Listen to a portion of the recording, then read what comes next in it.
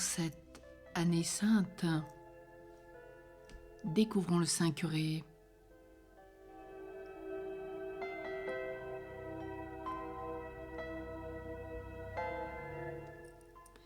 Il chercha dès lors à mieux s'instruire des choses de la religion. Mais, sauf le dimanche, il ne lui restait pour cela que peu d'instants le soir. Or, au-dessus de son lit, dans l'étable où il couchait, il y avait un petit rayon, que l'on voit encore, sur lequel il déposait ses livres de piété. Il en prenait un évangile, ou imitation, et faiblement éclairé par une chandelle de résine, il se mettait à lire. Son compagnon de lit, le grand François, préférait dormir. Patient d'abord, le frère aîné finit par prévenir sa mère, qui sagement défendit à Jean-Marie de veiller trop tard et lui commanda de prendre le repos dont il avait besoin. Jean-Marie obéit sans un murmure, mais dans l'obscurité de la nuit, tandis que François sommeillait, il continuait sa veille, songeant à Dieu et à l'avenir. Quelle pensée pouvait l'habiter? Il écoutait s'élever du profond de son âme ce suis-moi qui, sur la rive du lac de Galilée, attira Pierre, André, Jacques, Jean à la suite de Jésus. Jean-Marie Vianney voulait être prêtre, et c'est ce souhait intime qui le rendait si bon. Mais comment parviendrait-il jusqu'au sacerdoce? Il touchait à ses 17 ans, n'ayant fait que d'insuffisantes études primaires, et il faudrait se mettre au latin. Et autour de lui, que penserait-on de son cher désir? Oh, sa mère! Il était sûr d'elle. Elle s'empressait de donner au Seigneur son préféré. Mais le père, bien que fort charitable, il était d'une piété plus commune, l'âpre labeur des champs le prenant presque tout entier. Et François, qu'attendait la conscription, et que peut-être il faudrait racheter. Et Catherine, qui était fiancée, et qu'il faudrait bien doter un peu en la mariant. L'espérance de Jean-Marie était traversée d'angoisse. Mais les âmes à sauver, toutes ces paroisses privées de prêtres, tant d'enfants laissés à l'abandon sans instruction religieuse, sans sacrement, sans Eucharistie. Cette moisson en péril, faute d'ouvriers pour la recueillir, cela ne valait-il pas la peine de braver tous les ennuis, de surmonter tous les obstacles? Sa mère puis sa tante Humbert reçurent ses premières confidences. Tout de suite, il leur exposa le vrai motif de sa vocation. « Si j'étais prêtre, je voudrais gagner beaucoup d'âmes. » Là, pour obtenir le consentement désiré, il n'eut pas besoin de discuter, de se défendre. Ce fut assez pour lui de se jeter dans les bras de sa pieuse mère, qui pleurait de joie. Restait à conquérir le rude père. Jean-Marie semble avoir hésité quelque temps à lui confier son secret. Enfin, encouragé par sa mère, il osa s'en ouvrir pendant l'heure du repos qui suivait le travail. Les objections n'étaient que trop prévues, hélas.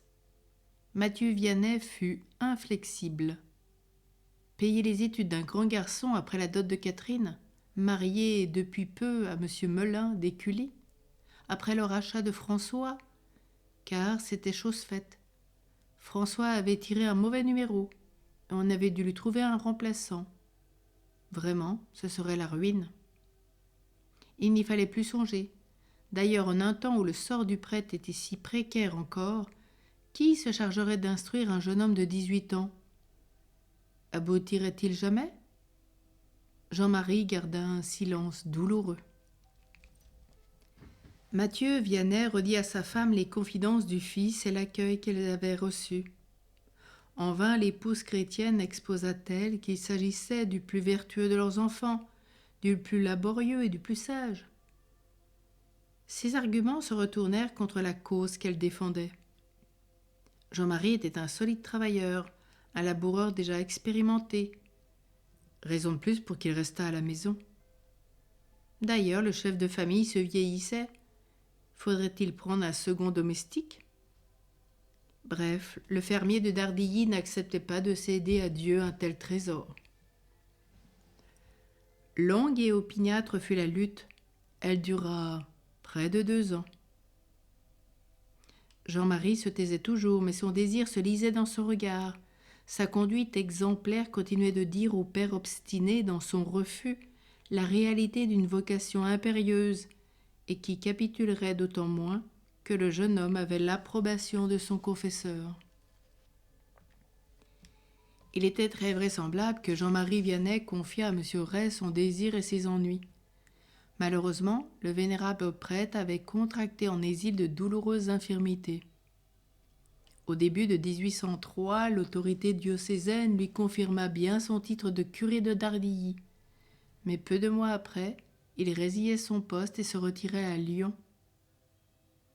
L'abbé Jacques Tournier, qui le remplaça le 7 juillet, ne fit que peu à peu connaissance avec la famille Vianney. Toutefois, Dieu n'abandonnait qu'en apparence son humble et courageux serviteur. Sa providence lui préparait les voies par où il atteindrait les sommets du sacerdoce et de la sainteté. En même temps que M. Ray à Dardilly, Monseigneur de Mérinville, chargé, au nom du cardinal Fesch, de réorganiser le diocèse de Lyon, avait nommé curé d'Écully un autre confesseur de la foi, M. l'abbé Charles Ballet. M. l'abbé Ballet, benjamin d'une famille de 16 enfants, était né à Lyon le 30 septembre 1751. Frère d'un chartreux, dont Étienne, il était entré jeune avec un autre de ses frères, Jean-Alexandre, chez les Génovéfins. Quand éclata la Révolution, il était curé à Saint-Clément-de-Choux, au diocèse de Blois. Chassé de son poste, il se réfugia à Lyon. Il y vécut tantôt dans un petit appartement qu'il avait hérité de sa famille, tantôt en des maisons sûres, le plus souvent chez M. Laurasse. Hélas, ce fut pour être le témoin désolé de l'apostasie de Jean-Alexandre. Le 14 janvier 1794, Don Étienne était guillotiné sur la place des terreaux. Il subit le sourire aux lèvres son glorieux martyr. 3 mois plus tard, l'abbé Charles s'engageait parmi ces missionnaires qui risquèrent 100 fois la mort pour garder la foi dans Écully et ses environs. Lorsqu'en 1803, il y fut établi à poste fixe, il amena dans sa cure sa sœur Marguerite, ancienne religieuse de la Nonciade céleste, plus âgée que lui de 18 ans. Un des premiers soins de l'abbé Ballet, en s'installant à Écully, ça avait été de trouver des vocations ecclésiastiques. Il y avait réussi et bientôt il fondait une école presbytérale. Le mari de Catherine Vianney, qui était un excellent chrétien, conta la chose à son jeune beau-frère. Jean-Marie connaissait déjà l'abbé Ballet pour avoir assisté à sa messe pendant la Terreur. La tâche du nouveau pasteur d'Écully était immense, écrasante. Il avait à pourvoir aux besoins religieux d'une paroisse assez importante, toute proche de Lyon, et dans laquelle la Révolution avait fait de grands ravages. Lui-même, bien qu'il n'eût que 52 ans, il se trouvait affaibli par les misères d'une vie errante, sans cesse en péril. N'importe, pour donner des héritiers à son apostolique labeur, il alla sous le toit des pauvres comme sous celui des riches, chercher des enfants et des jeunes gens sur le front desquels il discernerait le signe de Dieu. C'est ainsi qu'il abrita sous son toit un futur jésuite, le jeune Deschamps, puis Mathias et Jacques Laurasse, les fils de cet homme de bien mort sur l'échafaud, dont il avait reçu l'hospitalité au plus sombre jour. Dès que Jean-Marie Vianney connut l'existence de cette petite école presbytérale, il sentit son cœur s'ouvrir plus largement à l'espérance. N'était-ce pas l'occasion favorable pour tenter, près du père, un assaut vainqueur ? La mère, qui ne cessait d'encourager son fils dans sa résolution sainte, se fit son avocate, cette fois encore.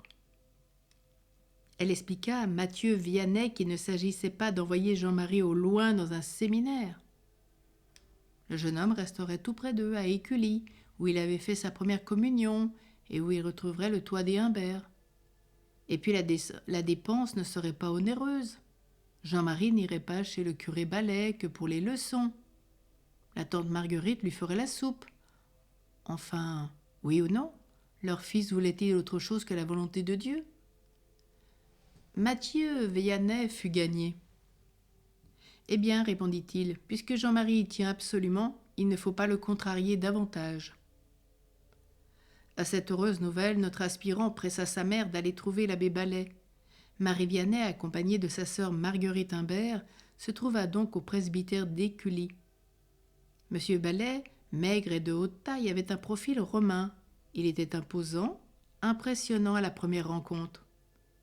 Prenant leur courage à deux mains, elles exposèrent au pasteur l'objet de leur demande et durent dire comment la vocation était venue au jeune homme, et son âge, ses études primaires incomplètes et déjà lointaines. Mais elles dirent aussi sa piété croissante, sa conduite exemplaire. L'abbé Ballet écoutait indécis. « Je suis si occupé, dit-il enfin, je ne puis prendre un élève de plus. » Les deux femmes insistèrent. « Non, je ne le puis pas, je ne puis pas. » Telle fut la conclusion décourageante de ce premier entretien. Désolés, les messagères allèrent porter cet arrêt au mari de Catherine. Sur leur instance, M. Melun consentit à plaider de nouveau une cause trop compromise. D'abord, l'abbé Ballet renouvela son refus. « Mais, repartit l'autre, consentez au moins à voir mon beau-frère. Quand vous l'aurez vu, vous accepterez, j'en suis sûre. » « Eh bien qu'il vienne. » Et l'humble travailleur des blés et de la vigne se présenta, escorté de sa mère, devant celui qui l'introduirait dans le champ du père de famille. L'austère, l'abbé Ballet, fixa de ses yeux scrutateurs ce jeune homme de 19 ans, maigre et pâle, recueilli et discret. Il le trouva instruit des choses de la religion. Son sourire lumineux et confiant lui plut. Il embrassa ce candidat au sacerdoce d'un regard chargé d'une affectueuse bonté. Et en même temps, « Oh, pour celui-là, pensa-t-il tout haut, je l'accepte. » Puis s'adressant à Jean-Marie Vianney, « Soyez tranquille, mon ami, je me sacrifierai pour vous s'il le faut. » Saint curé d'Ars, prie pour nous.